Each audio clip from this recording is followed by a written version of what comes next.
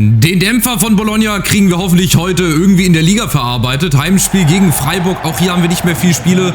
25. Spieltag, es geht so langsam in die Crunch-Time. Deutscher Meister, ja, nein. Viertelfinale, ja, nein. Das wird jetzt die nächsten paar Parts entschieden. Ja, Freiburg ist 14. Irgendwie sensationell, aber im negativen Sinne. Wir spielen jetzt vorne mit Duro und Robin Koch habe ich natürlich wieder reingetan. Der spielt jetzt also wieder in der Innenverteidigung. Und es regnet mal wieder. Ja, ich bin gespannt. Da spiele ich ja auch nicht unbedingt so gerne, weil ich finde, der Ball verhält sich dementsprechend ein bisschen merkwürdig. Achtung, Freiburg kommt zum ersten Mal. Deswegen, ich bin auch sehr, sehr verwundert, dass die 14. sind mit der Truppe, mit dem Kader, den die haben. Müssen jetzt eigentlich nicht unbedingt 14. sein, aber so what? Soll mir eigentlich egal sein. Ich muss hier 3 Punkte holen. Ja, Leverkusen spielt gegen Dortmund. Ich glaube, Bayern spielt gegen den VfB Stuttgart. Also wir haben die Chance, dass wir unsere Verfolger hinter uns lassen. Wenn wir halt hier heute gewinnen und die mitspielen. So, wir sind schon mal vorne. Erste Chance, Adingra, natürlich. Der Gegner ist wieder dazwischen. Dreierkette ist heute bei Freiburg. Gang und Gäbe. Ob es uns was bringt, wir werden es sehen. Chance ist da, Duro. Oh, Ball auf Fofana, aber der bleibt natürlich liegen hier bei dem Regen. Ist ja auch ganz logisch und der zweite Ball wird auch da natürlich abgeblockt. Wir werden uns heute also viel an der Defensive die Zähne ausbeißen. Aber Freiburg kommt über Osterhage. Da ist eigentlich gar kein Durchkommen. Genau, schön weggespielt. Demetrio. Haben wir da nicht sogar 7-0 in der Hinrunde gewonnen? Ey, war das nicht so ein 6-7-0-Ding? Ich glaube, gegen Freiburg war das, ne? Da haben sie auch schon so sorglos gespielt in der Verteidigung. Habe ich mich auch schon sehr, sehr gewundert. Duro. Geht gut und schnell und direkt nach vorne. Das gefällt mir. Fofana, Duro muss sich fallen lassen. Aber guck mal, warum bleibt Koopmann das denn stehen? Ey, warum kommen die nicht einfach ein bisschen näher ran hier an den 16er? Fofana. Ey. Zum dritten Mal. Das ist jetzt der dritte Schuss, der direkt geblockt wird. Wirklich. Wen wollen die eigentlich hier verarschen? So, Alvia. Demetrio dazwischen. Fofana. Nächster Ball nach vorne. Koopmann das. Und Fofana muss schon längst die Linie entlang sprinten. Schon längst. Mukiele bei Freiburg übrigens spielt. Vielleicht läuft es deswegen auch nicht. Fofana aus dem Rückraum. Ah, schlechter erster Kontakt. Der vierte. Macht mal eine Strichliste. Das ist der vierte Schuss, der jetzt schon geblockt wurde. Der vierte Schuss, der nicht aufs Tor ging, weil der Gegner dazwischen stand. Bei Freiburg wird es gleich der erste sein. Achtung, die legen sich den Ball gleich wieder vor. Ne, Fofana ist dazwischen. Und direkt, andere Richtung, Adingra. Muss eigentlich genau dasselbe machen wie Fofana. Wenn wir den Ball gewinnen, da muss sofort die Luzi nach vorne abgehen. So, Fofana und Hopp. Und Usun und Duro. Gegen Hilgers. Kanwort kommt dazu. Duro, Adingra, auch zu kompliziert. Aber es geht nicht viel anders, weil sie halt einen Radius von 3 Meter haben. Weil sie den Ball auch am Gegner nicht vorbeispielen können. Deswegen sieht es so aus, wie es aussieht. Deswegen kann ich leider anders die Bälle nicht spielen. Und es ist gerade jetzt schon wieder ein bisschen zermürbend und ein bisschen nervig, nach einer halben Stunde, dass jeder Ball geblockt wird. Dass wir den Ball auch nicht punktgenau an unserem Gegner vorbeispielen können. Usun, jetzt vielleicht die nächste Chance. Adingra muss er alleine machen. Da muss Rega schon längst die Seite entlang gesprintet kommen. Macht er. Duro in der Mitte. Oh, ne. Und dann sowas. Dann sind wir mal vorbei und dann so ein schlechtes Abspiel. Und dann muss er wieder hinten rein. Hopp, gegen Kofi Chiré.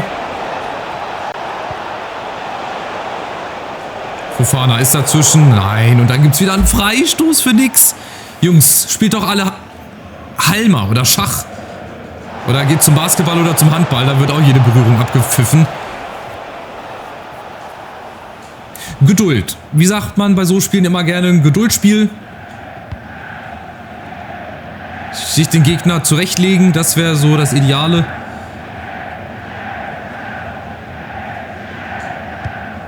Weil die Freiburger machen eigentlich nichts. Oder? Also die stehen halt hinten, haben Glück, dass ich viermal die eigenen Männer anschieße. Und wissen immer, was wir machen. Deswegen stehen sie auch auf Platz 14, ey. Wundert mich dann eigentlich. Wenn sie immer wissen, was der Gegner macht. Warum sie dann auf Platz 14 stehen. So, Fofana, jetzt mal, guck mal das, komm. Der muss mitlaufen. Fofana, Doppelpass. Oh nein, schlecht. Absolut schlecht, was wir gerade hier ausspielen. Beziehungsweise wie wir das ausspielen. Und dann was war das jetzt schon wieder? Guck, das ist auch wieder eine Bewegung. Was macht der Freiburger Verteidiger? Beamt sich auf Arme nach hinten. Ey. Auch wieder ein Wechsel. Lisa Karl. Gut, hat niemand nachgefragt, aber gut. Dann weiß ich das jetzt, Lisa, wenn du das siehst. Viel Glück bei deinem neuen Verein. Und Kopmann, das ist der nächste Ballgewinn. Mit Glück, aber egal. Ballgewinn ist da. Und dann geht es wieder nach vorne. Usun. Im 1 gegen 1 gegen alle. 1, 2, 3 Leute. Da kommt keiner hinterher. Usun. Und jetzt aus spitzen Winkel. Muss er einfach nur reinschieben. Und dann ist der Keeper dazwischen. Wenn wir da mal vorbeikommen, dann ist es nicht der gegnerische Fuß, sondern einfach, ja, der Keeper. Wir brauchen den Dosenöffner. Jetzt vielleicht. Gute Ecke. Koch ist da. Der war nicht schlecht. Gute Ecke. Wuchtiger Kopfball, den hätte er nicht gehabt. Der hätte er noch so früh die Hände hochziehen können, den hätte er, glaube ich, nicht gehabt. Aber es fehlt das Tor. Es fehlt einfach die Führung. Wir müssen uns längst belohnen. Längst überfällig. Aber ihr wisst, wie solche Spiele dann laufen. Koch ist richtig gutes Stellungsspiel. Oder steht richtig. Verliert den dann aber. Nochmal Koch und jetzt gibt es die Ecke. Auch unnötig.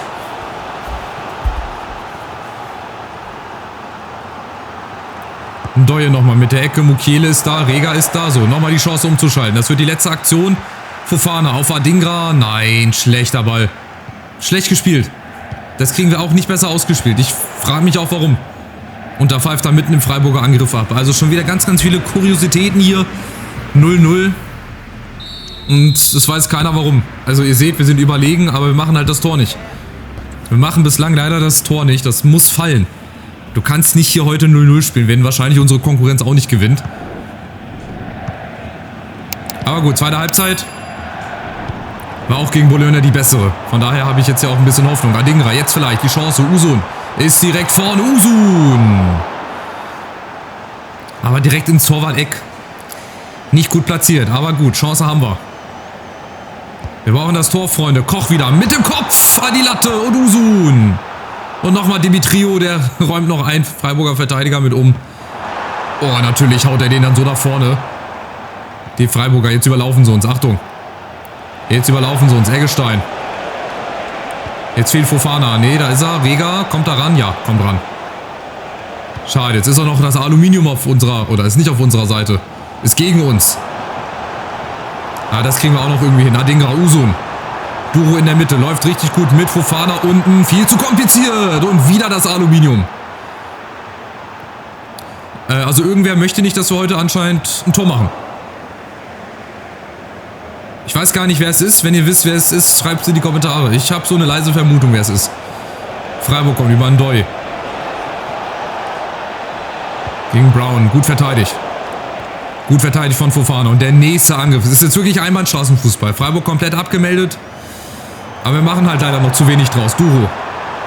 Fofana unten gegen Ndoye. Im Strafraum. Jetzt muss irgendeiner von hinten kommen. Fofana, ja, jetzt guter erster Kontakt. Und rein damit!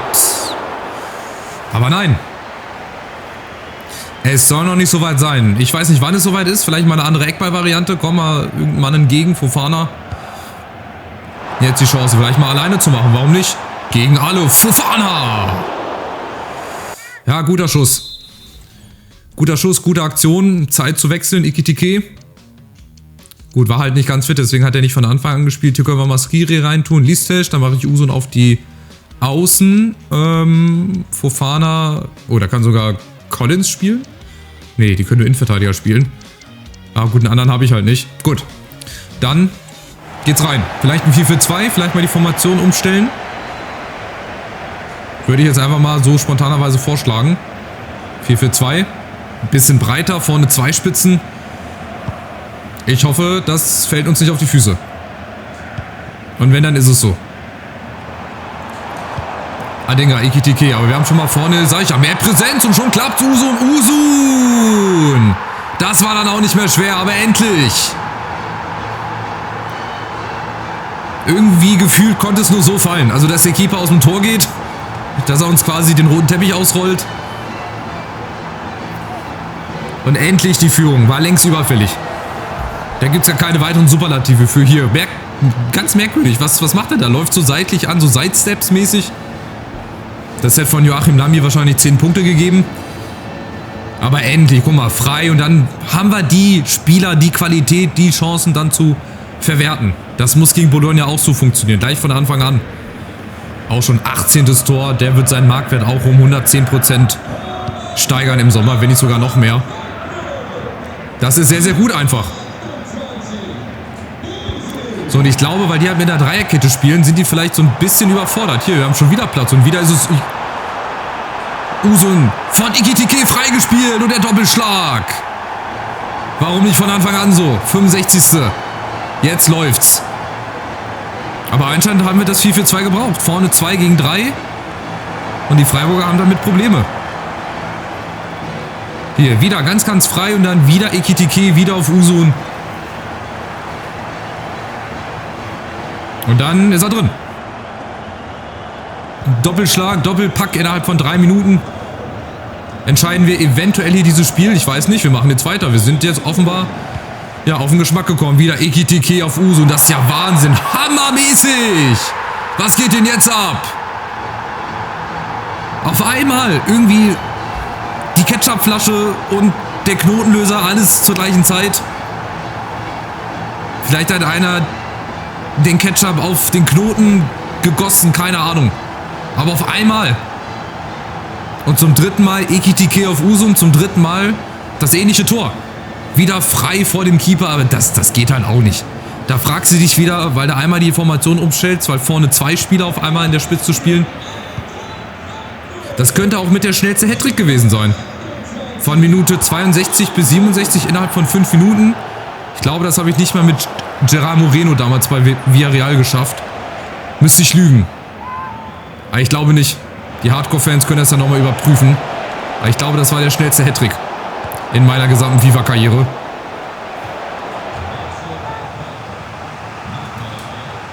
Aber schön, freut mich. Wenn wir so gestärkt ins Spiel gegen Bologna gehen, soll mir das recht sein. Freiburger kommen Adingra. Oh, schlechtes Zweikampfverhalten. Fofana kommt auch nicht ran. Jetzt kommt er ran. So, und die nächste Chance umzuschalten.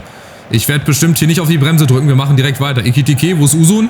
Muss man ja beinahe schon fragen. Erstmal nimmt er Adingra mit. Oh, hat er noch. Komm. Bisschen zu weit, aber den nimmt er sich. Ja, und da ist er. Da ist Skiri.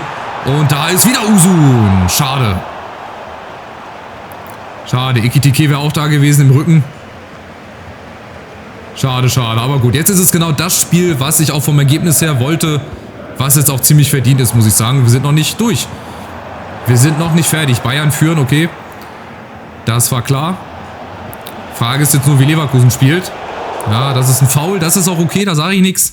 War einfach ein Fuß blöd reingestellt, aber manche Fouls, da fällt dir halt manchmal nichts zu ein. So, kann Aronson auch ZM? Namdi Collins kann da... Nein, Quatsch, ich wollte gerade sagen, warum wird er mir denn dann vorgeschlagen? Aber Listesh eventuell. Dann spielt der in der Mitte und Paxton Aronson kommt über den Flügel. Dann müssen wir das so machen. Aber auch das wird er hinkriegen.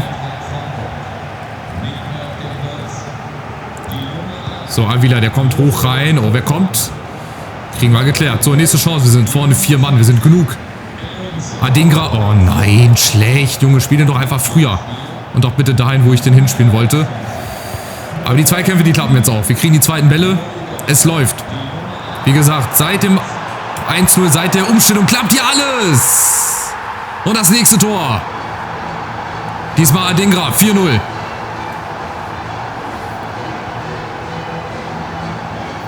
Super gespielt. Da auch wieder fast zu weit vorgelegt, aber es klappt halt alles. Auch so ein Ball, den er eigentlich nicht voll erwischt. Mit der Spitze, mit dem Vollspann. Aber am Ende ist er drin. Und nur das zählt. Alles andere ist egal. 4-0.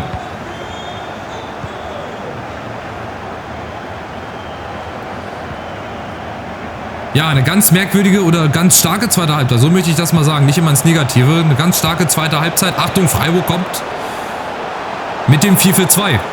Da kamen die Tore. Wahrscheinlich, weil die mit der Dreierkette halt auch dann da nichts mehr entgegengesetzt bekommen haben. Und wir machen ja weiter. Das ist ja das Schöne. Also nicht aus Sicht der Freiburger, aber aus unserer Sicht ist jetzt jeder Schuss ein Treffer. 5-0. High Five. Ich lasse das mal unkommentiert so stehen. Ihr habt es selber gesehen, ich habe es oft gesagt. Und es steht 5-0. Ein doch sehr, sehr, ja, zermürbendes Spiel in der ersten Halbzeit besonders, geht dann noch so deutlich wie im Hinspiel zu Ende, muss man ja jetzt so sagen. Das hat ja schon leichte Hinrundenzüge hier. 5-0 ist auch wieder eine heftige Packung. Koch ist da, gibt nochmal einen Freischuss. Also wir gewinnen, holen uns hier Selbstvertrauen fürs Rückspiel gegen Bologna. Bleiben in der Liga Tabellenführer, je nachdem wie Leverkusen jetzt spielt. Bayern wird ja gewinnen. Vielleicht sind sie gleich neuer Tabellenzweiter. Und die nächste Chance, guck mal, wie sorglos die Freiburger das hier noch nach 90 Minuten verteidigen. Die wollen offenbar noch ein 6. kriegen. Aber ich glaube, das bleibt denen erspart. Vielleicht schießen sie jetzt selber nochmal eins. Brown kommt da nicht in Zweikampf rein. Flanke und jetzt war es das. Ja, das ist es gewesen. Also ein sehr, sehr dominantes Spiel. Besonders in der zweiten Halbzeit. 5-0, der schnellste Hattrick wahrscheinlich, den ich je geschossen habe. Durch diesen Mann hier, durch Can Uzun. 62., 65. und 67. Und damit war eigentlich der Drop schon gelutscht. Und Ekitike und Adingra setzten da nochmal 2 Tore drauf. Und somit ein 15-0 unterm Strich. Auch in der Höhe dann verdient. Die Bayern gewinnen 4:1 sogar beim VfB. Hoffenheim unentschieden gegen Augsburg. Wir haben auch wieder 18 Schüsse. Das ist nur so ein bisschen nebensächlich, aber das zeigt einfach, wie dominant wir waren. So, jetzt Rückspiel gegen Bologna. Ich hoffe, dass wir diesen Schwung mitnehmen. Vielleicht beginne ich ja sogar schon mit dem 4-4-2. Aber Bologna spielt auch wieder ganz anders. Muss ich kurz einmal aufstoßen, sorry. Die spielen halt auch wieder ganz anders. Wir gucken mal rein. Im 4-3-3. Oh, Kali Muendo haben die auch noch. Oha. Aber der hat nicht gespielt im Hinspiel, ne? Nö. Aber Kali Muendo ist ja auch ein Kandidat bei der Eintracht in echt.